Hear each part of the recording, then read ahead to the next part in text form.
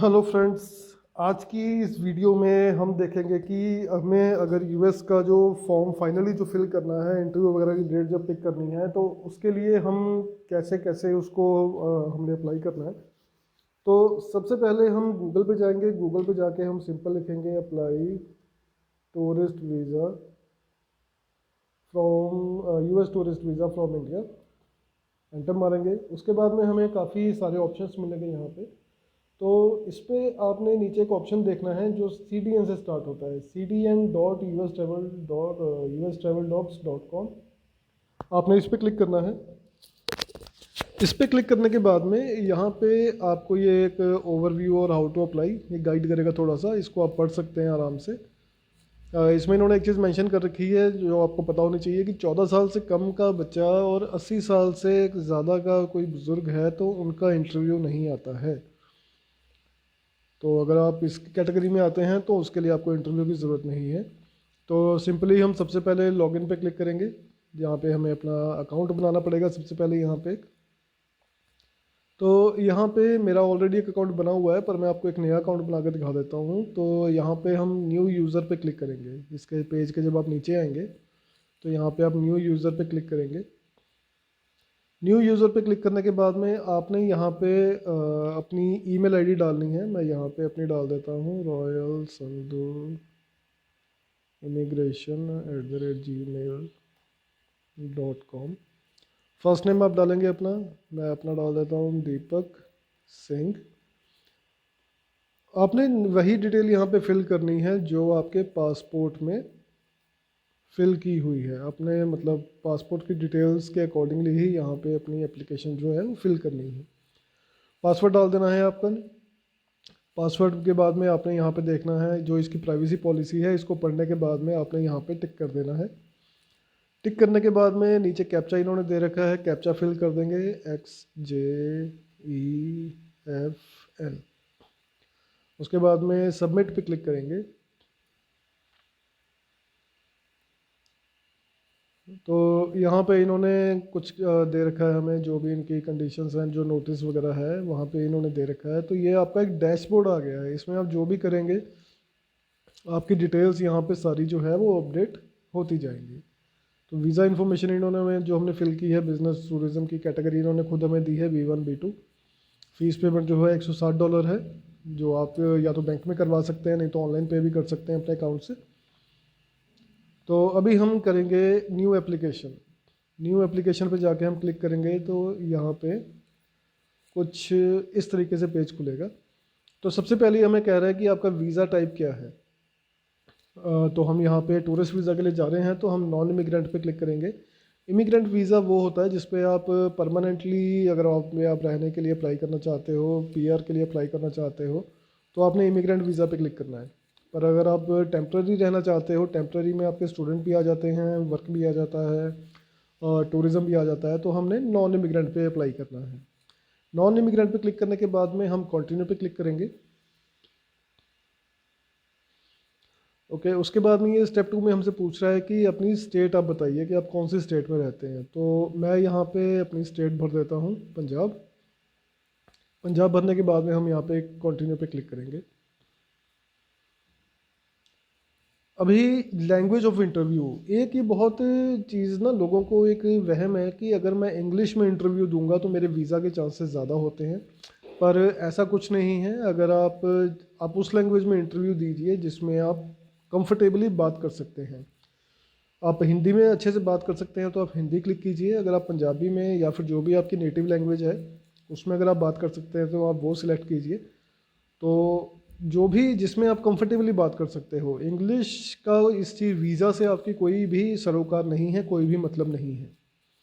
तो हम यहाँ पे अपनी नेटिव लैंग्वेज पंजाबी यूज़ कर लेते हैं। आपकी जो भी नेटिव लैंग्वेज हो, या आपको जो भी जिसमें आप बात करना आपको कंफर्टेबल हो, आप कॉन्फिडेंटली जिस लैंग्वेज में बात कर सकते हो, आपने वो सिलेक्ट करनी है। तो उसे सिलेक्ट करने के बाद में कंटिन्यू पे क्लिक करेंगे। उसके बाद में ये हमसे कह रहा है कि वीज़ा कैटेगरी कौन सी के लिए आप अप्लाई कर रहे हो, आप क्या करने जा रहे हो। तो हम यहाँ पे बिजनेस एंड टूरिज्म पे क्लिक करेंगे। तो ये हमने यहाँ पे क्लिक कर दिया। अगर आप स्टूडेंट है तो आप स्टूडेंट पे कीजिए, पर इसकी थोड़ी सी फॉर्मेलिटीज़ जो है वो कुछ अलग हो जाती हैं। ऑलमोस्ट सेम है, बस कुछ फ़र्क पड़ जाता है। तो हम बिज़नेस पे क्लिक करेंगे। बिज़नेस पे क्लिक करने के बाद में हमने कंटिन्यू पे क्लिक करना है। ओके, अभी ये बी जो कैटेगरी है जो बिज़नेस और टूरिज़्म के लिए आती है, इसमें 3 ऑप्शंस आती हैं। एक B1 आती है अगर आप सिर्फ बिज़नेस के लिए जा रहे हो, B2 आती है अगर आप मेडिकल ट्रीटमेंट के लिए जा रहे हो, और B1 B2 आती है अगर आप बिज़नेस और प्लीजर के लिए जा रहे हो। तो हम B1 B2 पे क्लिक करेंगे। ये इन्होंने सारी कैटेगरीज दे रखी हैं कि कौन से वीज़ा कौन कौन सी कैटेगरीज में आता है, और आपको आपको अगर नहीं समझ आए तो आप उसमें पढ़ सकते हैं आराम से। उसके बाद में हम कंटिन्यू पे क्लिक कर देंगे। ओके, उसके बाद में इसने हमें एक रिव्यू दिया है कि वीज़ा टाइप जो हमने फिल किया है नॉन इमिग्रेंट किया है, स्टेट हमारी पंजाब है, लैंग्वेज पंजाबी है, visa category business and tourism है, वीज़ा क्लास जो है वो B1 B2 है, और इंटरव्यू की जगह जो है दिल्ली है। तो इसको आपने एक बार अच्छे से चेक कर लेना है। अगर इसमें आपको कुछ चेंज करना है तो आप बैक पे जाके चेंज कर सकते हैं, अदरवाइज़ आप कंटिन्यू पे क्लिक कीजिए। कंटिन्यू पे क्लिक करने के बाद में ये कुछ टर्म्स कंडीशन दे रहा है, इसको आपने अच्छे से पढ़ लेना है, पढ़ के आपने इसको एक्सेप्ट कर लेना है। उसके बाद में ये आपसे कह रहा है कि अपना पासपोर्ट नंबर दीजिए, तो मैं यहाँ पे एक वैसे ही पासपोर्ट नंबर डाल देता हूँ L123456। पासपोर्ट की इशुएंस डेट जो है वो हम डाल देते हैं, एक रफली डाल देते हैं अपने हिसाब से 2018 नवंबर 15। ये हम एक पासपोर्ट की इशुएंस डेट डाल देते हैं। इशुएंस प्लेस इंडिया आ गई है। अगर आपका पासपोर्ट किसी और कंट्री से इशू हुआ है तो आप यहाँ पे चेंज कर सकते हैं, पर हमारा इंडिया से हुआ है तो हम इंडिया ही करेंगे। पासपोर्ट की एक्सपायरेशन डेट जो है वो आपने यहाँ पे फिल करनी है अभी। तो 10 साल होते हैं तो यहाँ कर देंगे 2028 नवंबर 14। ओके, तो ये हमारी पासपोर्ट की एक्सपायरी डेट भी आ गई है। डेट ऑफ बर्थ आपने डालना है, आप यहाँ पे कुछ भी डाल दीजिए जो आपको कंफर्टेबल लगे, जो आपका है एक्चुअली कंफर्टेबल ना लगे, जो आपकी एक्चुअल डेट ऑफ बर्थ है वो डालिए। मैं यहाँ पे अंदाजे से डाल देता हूँ 1985 नवंबर 15। नेशनलिटी इंडिया आ गई। फर्स्ट नेम जो हमने पहले फिल किया था ये सारा कुछ इनका ऑटो फिल हो रखा है। जेंडर पे आपने जाना है, यहाँ पे जेंडर अपना, अगर आप आदमी हैं तो आप मेल पे कीजिए, अगर औरत है तो फीमेल पे कीजिए। अभी ये हमसे कह रहा है कि DS-160 कंफर्मेशन नंबर, जो हमने DS-160 फॉर्म होता है, मैं आपको अगली वीडियो में बताऊंगा उसको कैसे फिल किया जाता है। तो फिल करने के बाद में हमें एक कंफर्मेशन नंबर मिलता है जो कुछ इस तरीके का होता है, AA00 कुछ ऐसा कुछ नंबर होते हैं, वो आपने यहाँ पे फिल कर देना है। तो मैंने यहाँ पे ये वैसे ही फिल कर दिया। उसके बाद में अपने फ़ोन नंबर यहाँ पे देना है कि आपसे कहाँ पे कांटेक्ट किया जाए, तो मैं यहाँ पे कर देता हूँ 90। मैं यहाँ पे अपना फ़ोन नंबर डाल देता हूँ। मोबाइल नंबर आपने देना है, कोई भी आप नंबर दे सकते हैं जो आपके पास में कोई अल्टरनेट नंबर है। तो यहाँ पे मैंने ये डाल दिया। ईमेल आईडी आपने डालनी है, अगर आपको कोई ईमेल आईडी डालनी है तो ये मेरी पिछली वाली आईडी है, तो यहाँ पे मैं नई आईडी अपनी डाल देता हूँ, रॉयल संधू इमिग्रेशन।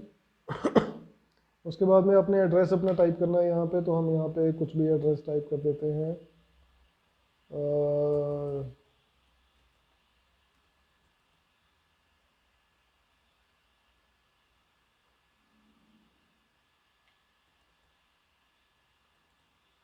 यहाँ पे हमने एड्रेस टाइप कर दिया अपना।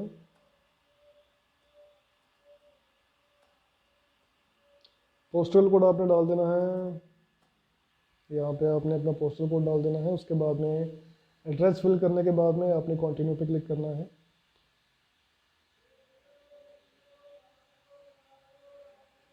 ओके, अब ये कह रहा है कि please click add by name and और existing applicant if you are group family member. अगर अभी आपके साथ में कोई फैमिली मेम्बर जा रहा है, कोई और पर्सन आपका दोस्त जा रहा है, तो आपने यहाँ पे ऐड बाय नेम पे करके उसकी सारी डिटेल्स यहाँ पे भरनी है कि उसका रिलेशन आपके साथ में क्या है, उनका DS-60 का जो कंफर्मेशन नंबर है, सारी डिटेल्स आपने यहाँ पे भरनी है। तो उसे भरने के बाद में आप सेव कर सकते हैं, पर हम अकेले जा रहे हैं तो हम यहाँ पे कुछ नहीं करेंगे, इसको ऐसे ही छोड़ देंगे। इसके बाद में कंटिन्यू पे क्लिक करेंगे। कंटिन्यू के क्लिक करने के बाद में ये हमसे पूछ रहा है कि वीज़ा एप्लीकेंट जो है वो 14 साल की एज से कम है या ज़्यादा है। तो हम ज़्यादा हैं तो हम यहाँ पे अंडर ये कह रहा है कि आप 14 साल से कम की एज के हो, तो हम कम के नहीं हैं, हम ज़्यादा के हैं, तो हम यहाँ पे नो पे क्लिक करेंगे। सेकंड ये कह रहा है कि क्या जो वीज़ा एप्लीकेंट है वो 80 साल से ऊपर है। अगर आप 14 साल से नीचे हो और 80 साल से ऊपर हो तो आपका इंटरव्यू नहीं आता है, लेकिन हम इसके बीच के हैं तो हम यहाँ पे नो पे क्लिक करेंगे। तो ये भी कह रहा है कि क्या आपके पास में पहले B1 B2 वीज़ा है, तो हम यहाँ पे नो करेंगे। अगर आपके पास में है तो आप यस कर सकते हो, नहीं तो आपने नो कर देना है।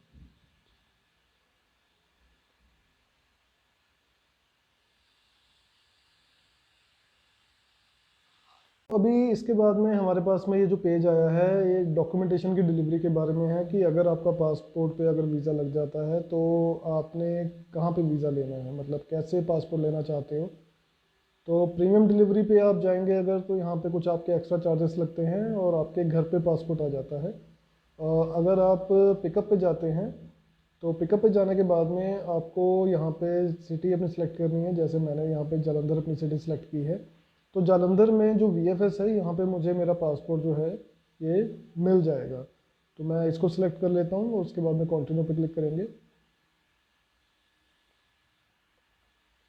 तो अभी ये वीज़ा फ़ीस के बारे में हमसे कह रहा है कि आपको जो वीज़ा फ़ीस है वो आपने पे करनी है। तो यहाँ पे आपके पास में ऑप्शंस आ जाते हैं कई सारे।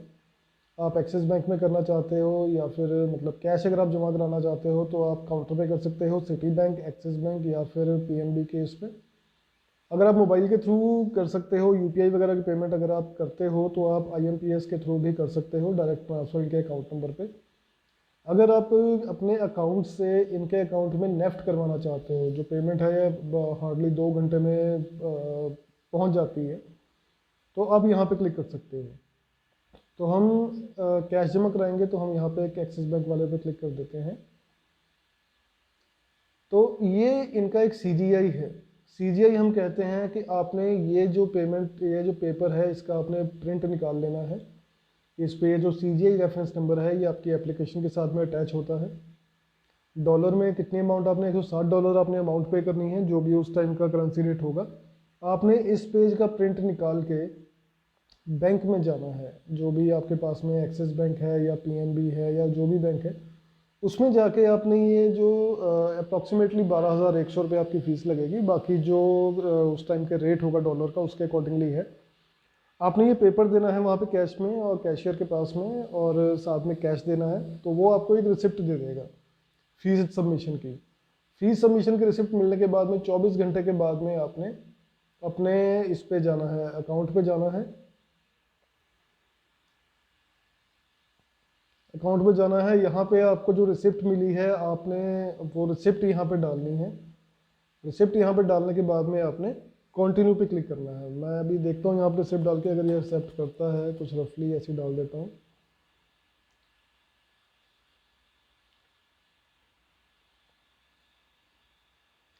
ओके, तो इन्होंने यहाँ पे कह दिया कि no valid record can be found for the entered receipt number. तो यहाँ पे वही रिसिप्ट आपकी डलेगी जो आपको बैंक से मिलेगी, जो एक ट्रांजेक्शन नंबर आपको रिसिप्ट नंबर मिलेगा वो आपने यहाँ पे डालना है। कंटिन्यू पे क्लिक करना है। उसके बाद में आपका जो इंटरव्यू की शेड्यूलिंग के लिए आपकी जो मतलब एक पेज जो नया खुलेगा उसमें आप डेट सेलेक्ट कर सकते हो कि आप कौन सी डेट पे कितने बजे आप इंटरव्यू देने के लिए जाना चाहते हो।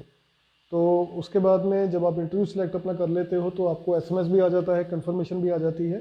तो उस डेट पे आपने वहाँ पे डॉक्यूमेंट जो है अपने लेके जाने हैं।